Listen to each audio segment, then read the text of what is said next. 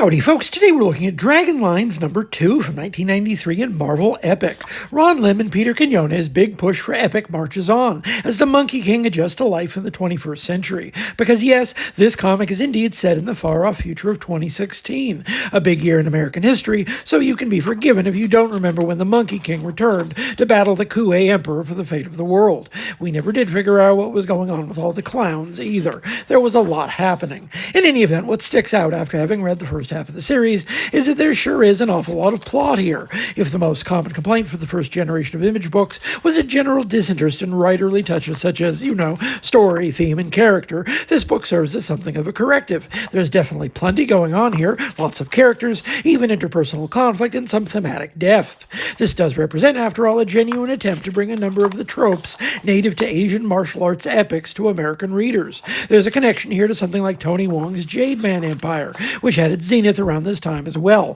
Jade Man comics were a dense reading experience filled with lots of people hitting one another, and so too here. Lim made his bones by smuggling Japanese influences into American comics in the late 80s, one of the first to do so in the generation after Frank Miller, as well as one of the first to look at influences other than those mentioned by Miller in interviews. Lim wasn't cribbing from Lone Wolf and Cub, he was drawing the Silver Surfer like Bubblegum Crisis, and that polished sheen was a trademark at a time when other artists such as Lee and Liefeld were just beginning to chase that kind of technical, anime-inspired finish for their work. But I also don't want to get too carried away with those comparisons either. Lim's roots were also firmly planted in the soil of late Bronze Age Marvel comics. There's a premium on economy and readability that sets his work apart from many artists in the same rough cohort. Sometimes, as here, the results can be merely functional. You can read and understand the story, but it's flat in a way that betrays the sturdy construction underneath. It tells a complete story and defines its characters, which is certainly more than a lot of the early Image books can say,